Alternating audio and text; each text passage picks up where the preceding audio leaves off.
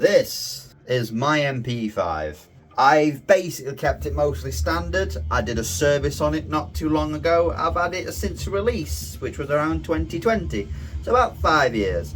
I've not particularly used it that much. So let's be nice. Let's put an XT motor and make sure we've got a good hot rubber and nub in there. I was going to check everything else. Basically, it sounds mechanical. The one thing about this system is, on semi, it has like a memory function thing. It won't be set until the first 5 shots.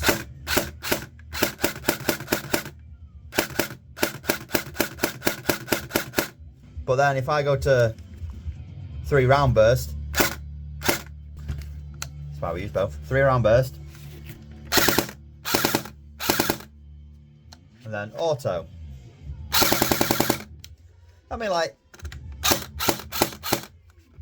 it's fine, but there's definitely some lag on that system, and it's still got the fuse in it, that's why. But also, that motor is 5 years old. Regardless of the use, it's still an old motor. So it's time to actually treat my own baby. The beauty of the split gearbox system. And just MP5 in general. Couple of pins and you've got most things out. That hop is done. Just put the standard setup in there. Took the maple leaf nub out for now. I'll see what it's like in testing. If it seems like it needs a heavier nub, we'll see. But they seem to put the same amount of pressure on in terms of how much nub there's there. Nah. Possibly, I've noticed with the Quantums that they just generally have more of a patch, right? So they've got more hop on as standard. So for things like AKs and MP5s where they've got very little actual push down as standard, they could be a good choice because, yeah. But yeah, so ICS supermotor. Let's give it a cheeky upgrade. Well, the more you know. So I peeled off the sticker. It's an ICS Evo 135K. What the fuck? Why did they put a sticker over it? Okay. Sure.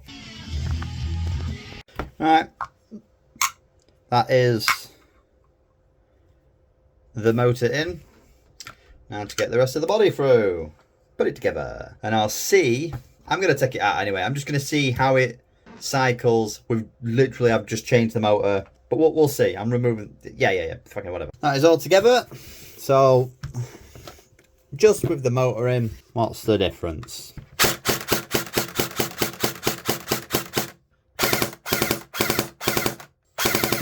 So, that has improved the cycle speed. Shock horror. Now I'm going to take out that fuse and see if we get, well, we should get a snappier electrical cycle. So, it looks like those cables are there. So it appears to be this unit here. So I've got to get that and then feed them back through. Yeah, I can do that. Well, that's very helpful of them. They've put plus and minus on it for me. So obviously once I take that off, very helpful. There we go. Purple, obviously. Also, inside there, purple. I opted to basically put the connector on first, slide those through, and then get them in that way just because it felt easier. Probably the same way rather than putting it. It's fine, it's the same. So I already know that the connection is there because I had to cycle it a little bit to get this back on. But let's see the difference.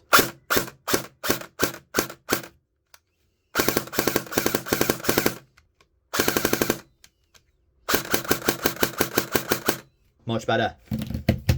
Cool. Right, let's see what it chronos at. Alright, we're going to do it on 2.5s. I generally use 2.8s, or sometimes 2.5s, but let's just test it on 2.5s. 265 to 271 by the looks of things. 265 is 296.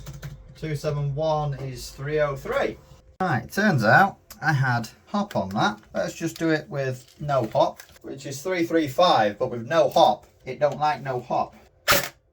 There you go. With a bit of hop, so absolutely no hop, the BB will just roll out the barrel because I guess it's too much space. But with like 1 or 2 ticks of hop on there, 286, 320. That's absolutely fine, right? Now let's see how it shoots. We're gonna do the old battery comparison. 7.4.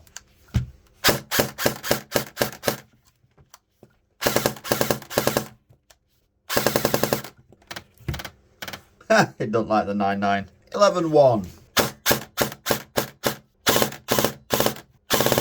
As you'd expect, snappier, absolutely fine. Anything with a MOSFET doesn't seem to like these LiFe's, which is a shame because they cycle really fucking nice. Oh well, anyways. Yeah! So, I do need to move my iron sights a little bit to the right because it was constantly pulling a little bit to the left, but I'll totally sort that and not wonder why it's constantly pulling to the left all the time. But yes, it's consistent. It's much snappier. It could be snappier. It could be more. I could do more to this. I might. We'll see. At the moment, I don't need to. It sounds much better than it used to, so at least, yeah, there's that. But yeah, I reckon I could do things with short stroking or, you know, do the compression side, all that kind of stuff. But I am more favourable of function. And I am one who only uses semi anyway, even though I bought this for 3-round burst. But it is nice that the 3-round burst in auto doesn't sound laboured, I guess. Like, very slow and sludgy. Whereas now, much better. I could put 13-to-1s in this. I could short stroke those 13-to-1s. I could, you know, do a compression system. I could put a tight bore in there. That's pretty much all that's left. Most things anyway. I could, if I really wanted to be special and I really wanted to treat my gun, put a warhead in there. But nah. Nah, no need. For now, that works all good. God damn it. Whee! Yeah.